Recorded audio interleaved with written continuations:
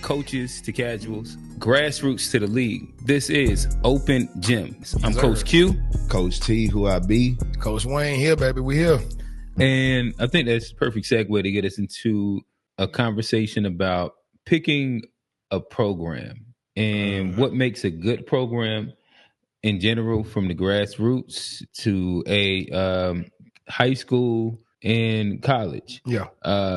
So I guess I'll toss the general conversation out. So if we just start at grassroots, what do you think picking a good program is, or what makes a good program, should I say?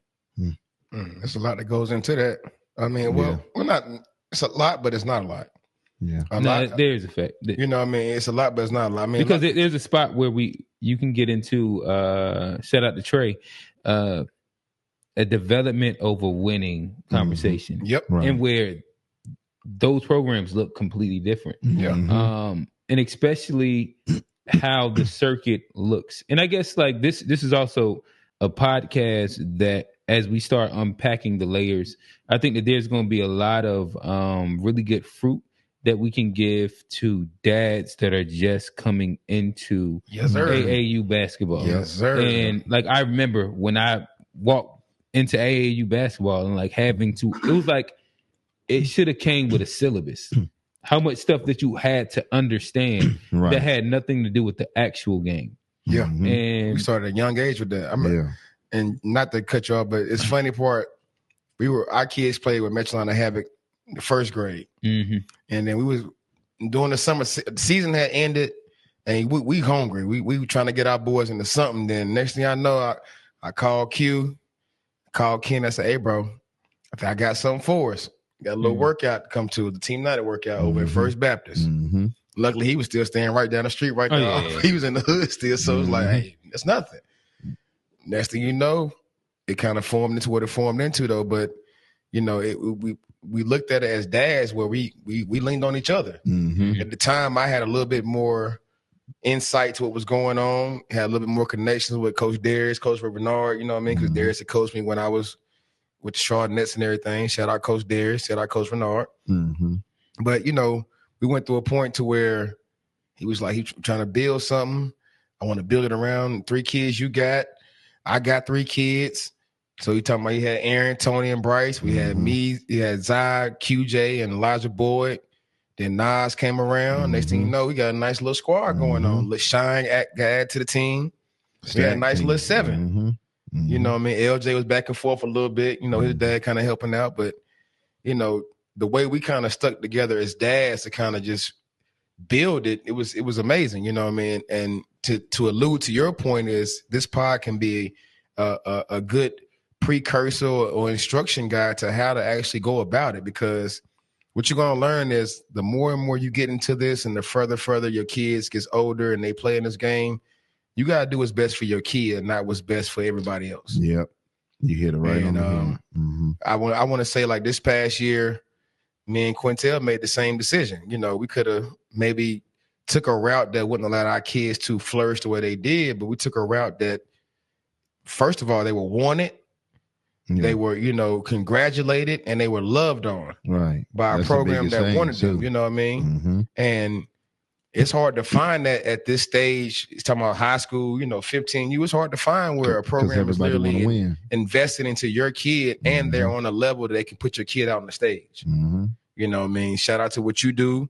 That's why I throw kids your way. Mm-hmm. But also shout out to what organization like, you know, EA Prep has done as well for kids around the city. Right. You know, nothing, you know, shout out to all the programs though, but you know, I can only talk about, you know, in this particular moment, how it benefited my child and how it benefited his child, you know. So now we're talking from a dad's perspective. Right. You know, it's easy to be from a coach and a training, hey, yeah, coach, go with that program, that program. From a dad, and this is my first time getting to be a dad. Yeah. You know, I ain't got to be a dad in a situation in a long time. I've been coach dad for a minute. Let me I'm pushing brakes on you. Yeah, I got you. That's the second. That's the next conversation. Got you. But I think that you were hinting all around it. Just that conversation and the content of what makes a good program. So even inside like those decisions that you made then, it was a reason behind it. Yeah, And that was that program fit your son. And shout out to Wayne for using the governments, man. I say, all right.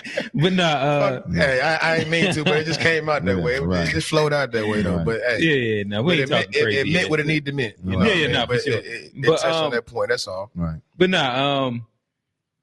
so saying that to you, I throw it back your way. To you, if we'll start at elementary, then middle, and then high school. At those stages, what do you think makes a good program, grassroots? Well, and so you're talking about youth, elementary, you're talking about, getting your kid involved around that 7 through 8, 9 range. You want a program that's going to focus a lot on the skill and development and teaching your kid how to play the game the right way and not chasing wins. At that stage right there, of course, you want to see the wins for your kids' morale, but the main thing you want to see is the development and the structure and the IQ for the game grow more than anything else. And you get to that 6th through 8th grade level. Right there now, I'm trying to start seeing the implementation of what has been taught from a young age to now is forming to concepts, understanding the game from how to play the game the right way, at what speed, understanding what defenses are out there. Now you're talking to a point guard, like, tell me what you see, versus where, they 2nd through 5th grade, I'm going to tell you what I see, you run this. Now 6th through 8th, you're like, yo, what do you see? So a program that is building the kid to understand the game from all aspects, from defensively, offensively, transition, even understanding what the coaches need, to where you get to high school where you're looking for a program that's going to literally invest into your kid. That invests in skill development still at that point, because even so, we get to that point, kids are elite. They can do many different things. Are we still building to that aspect that we're helping them get to the next level? So are we setting them up for success on the college level? You know what I mean? So everything has to be about investing into the kids itself, helping them be the best version of themselves, but also, as they gravitate and grow and mature, they learn how to win, what it takes to win, and how to play together to get to the ultimate goal. I feel like a program that implements those things throughout those 3 stages of their careers, the program that you should look forward to for your child. And it may not be the same program on each level. Yeah. I think that's what needs to be stated and understood more than anything, that what I need from my kid from 2nd through 5th grade from one organization may be going with Trevor, and going with Trey, Coach T. You know what I mean? Hey, I'm sending them over. Hey, bro, I'm sending them over to you. Yeah. Now, I'll say this, Wayne. I'm going to jump in right there because that's a good place to park it right there. Yes, sir. I ain't cutting you off, but, like, you was trying to do that. Yeah. And the thing is, when you talk about picking the right program, right? You said it. I feel like a program that I had, you need, because I was trying to do exactly that. Focus on the kids' development. Yes, sir. I don't care how we look. We're gonna go out there. We're gonna get a head kicked in. We're gonna win. All my kids, 3 years that I ran, we got better. Yeah. And then if the kid was on track to where I could say, "Hey, Wayne, I got a kid that can help you. Can help me at your level. At your level, because you playing." But this kid right here, on this and that. He got a high motor. Here you go. You know what I'm saying? And that's how it's supposed to be, guys. We're not supposed to be out here hating on what the next guy is doing. And I applaud you, Wayne, because towards the end, you was trying to do that. You was like, yo, we ain't going to be able to keep all these. I got something for you. I know what you do. You focus on that. And I'm focused on that kid, too, because I know what that kid needs at the moments to be better. Right. You know what I mean? And like we say, we get to a point of understanding that, each program serves a purpose at each stage of life. Yep. For me, I had my kids, I had 4 4 of my kids from the duration from 2nd grade up through 8th grade, in a sense. And with us, we set goals. Yeah. I'm building your kid from 2nd through 6th to make your middle school team as a 7th grader and be that guy who'll play a lot of minutes. Yeah. 8th grade, you're gonna be that dude. Yeah. 9th grade, if the genetics them kicked in, you may make varsity and be a piece on varsity, but if not, you're gonna be that dude on JV. The 10th grade, you're gonna be where you are. Right. So like literally, if we look back at all those kids, for the most part, we done checked a lot of them boxes for the kids. Man, look, I get chill bumps being on the sideline because I see a lot of kids that it was like, okay, like you played a part in that and you did your part. Yes, sir. See, what guys get it mixed up too with this is they want to do everything. And when you find in the right program, you got to have a guy that specializes this, the foundational level. Yeah. Then at your level, you were playing at a high level, your kid get better and he can survive in this water with the Sharks. He played here with Wayne. And then you got another level, guys. So when you're looking for that program, if your kid ain't good, you find the guy like me, the Halo Elite. You get, and I don't mind training little Johnny and doing what I could do with him because I'm needed. But then if little Johnny ends up being 6'8" Johnny in the 7th grade and now he got a drop step and I'm like, Wayne, you need a big. Yes, sir. Here you go. Swing my way. Yeah. So, when it comes to this program stuff, man, pick your program on based off of where your kid is. Don't try to put your kid with that Made Hoops program or Adidas grassroots program, and he ain't a grassroots kid. You get what I'm saying? Like you bring him to me, a guy like me, and you let him coast and get to that level. Be realistic. Yeah, that's the term I would say more than anything is be realistic. You know what I mean? Like understand where y'all are, and I say y'all, I mean like as a family, because it's a family decision, especially when you're younger, to where you're gonna go. Know where you are. Yeah, and it's okay. Right. It's okay to not be on that level. It's okay to be because it's a marathon. Right. It's not a sprint. And if y'all know me, I've been preaching this since forever. It's a marathon. It's not a sprint. So if you're looking for a program, you're looking for the things that you want to see, the development more than anything else. You want to see that it's not a sprint. We're not going to sprint somewhere to go play here because we're chasing this. You want to find a program that meets your kid. And more than anything, you want to find a program that communicates with you. Yeah, right. So and let you know really what's going on. You don't want a program that's gonna basically, money grab and allow your kids to not develop. Nah, find a program that's gonna communicate and be like, hey, parent. Right now, little Johnny ain't, he's not breaking the way he should be. Maybe we should work on this, work on that. Maybe if you're not the type of person that can do it, here's a person I know that can help out. We have a trainer in house. Yeah. You know what I mean? Or I send it to this person, or, just work with him on these basic concepts.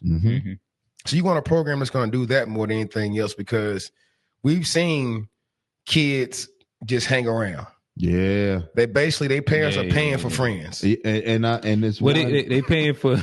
Well, yeah, that's the best way to put it. Right, they paying for friends. Bro. They're paying for the kid that's good. They paying to be around. They paying for friends and they paying for the program. Yeah. You paying to send the other kid to Vegas. That kid, right. That kid that's on scholarship, right? Yes, sir. On scholarship for. So I mean, and so that's what you got to be looking at more than anything else, because it's. From what I came up in Charlotte, it was only 3 teams. You didn't make one of those 3 teams, you played rec ball or church league that summer. Yeah. And you got your game right. And you came back, you played school ball, and you tried again. Yeah. Nowadays, it's slap your mama elite, cross you over elite. All that.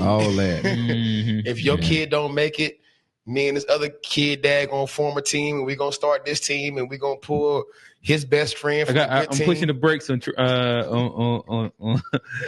Coach Wayne again. He trying to hop over to that other topic. Over there. Yeah, he trying. I ain't meaning to though, but I'm about to get a feeder. It's like good. Yeah. But to sum up what you're saying, a good program, it should be focused on developing the kid. And then if the kid is on the level to be where he should be at, he'll play where he'll go to the trial and he'll make the team.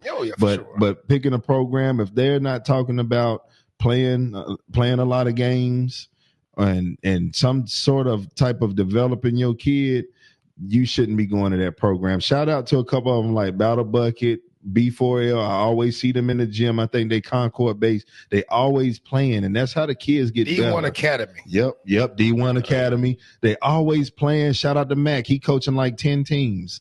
Like, they keep the kids in the gym. He keeps the kids in the gym. They playing the right way. They playing real basketball. And look for those programs that's doing that, guys. Yeah. I guess if I was to add anything, I think that it's important to think about where your kid is at specific places of development. Mm-hmm. Yeah.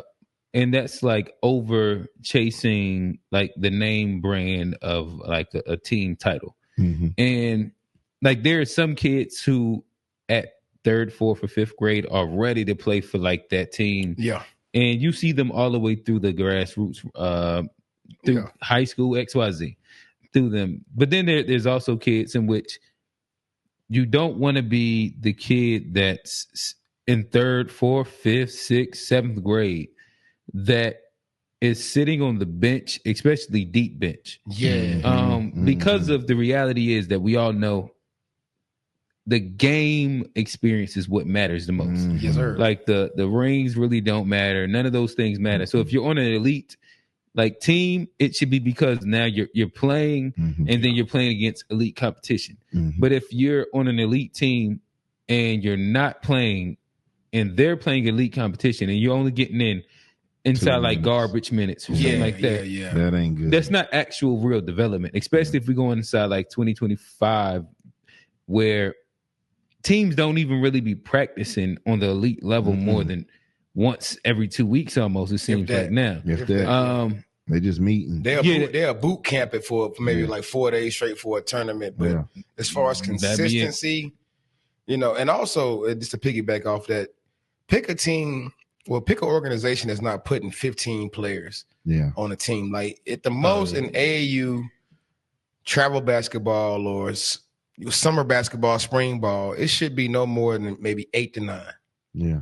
10 so you can practice. That's what I was gonna say. At least 10. 11 so you can because that kid somebody parent may not show up that weekend or something like that. But for the most part, you shouldn't be carrying no more than about 10 to 11 kids on a team, especially I say 3rd through 6th grade. Yeah. About 3rd through 6th grade. It shouldn't be no more than about 10 kids. Yeah. Now, as you get elite on a high school team, honestly, just give me 10 to practice because 2 of them not gonna play in the game. Yeah. And not to be funny though, but that's just how it is. Yeah. It's short rotation. Mm-hmm. Now, I mean, what those that 9th and 10th player bring is they're practicing every day, and then hopefully they get to a point to where I can get 10 deep. Mm-hmm. That's what you hope as a program and as a parent. You're seeking out a program that if my kid is that 9th or 10th kid, they're practicing every day, they're developing, and then they're actually getting a chance to contribute as the season goes on, as they grow. Mm-hmm. But don't find a program your kid the 12, 13, 14 player because that ain't gonna change from April to June. And I guess something, and I imagine that as we continue, there's so many different like lessons from the grassroots that we can probably give. Yeah. But something that I have seen as like going through it, that I've seen as almost like a marker of success has been even once the kid develops, it's not as important to immediately put him on like a top tier team. Oh, no. And where like you end up seeing a lot of kids who developed early, stayed inside a spot where, then this is almost like a Gilbert Arenas theory. Yeah. Where like intentionally he keeps his son at like a lower tier school where he has to pull so much more weight because he doesn't quote unquote want him to become like a role player of senses. Yeah. Where you have like these these put together teams. Yeah. Like IMG, no knock to any private schools or IMG shit. That's a great school. But when you put together five stars, you always only see everybody sacrificing. Well, everybody averaging like 10 to 12. Yeah. That's what you kind of see, where that's good that you learn to play with people, but it doesn't necessarily mean that you understand how to like going back to what Trey said, like understand how to actually win. Yeah. And be relied on to win. So I think that that's another really, really important thing.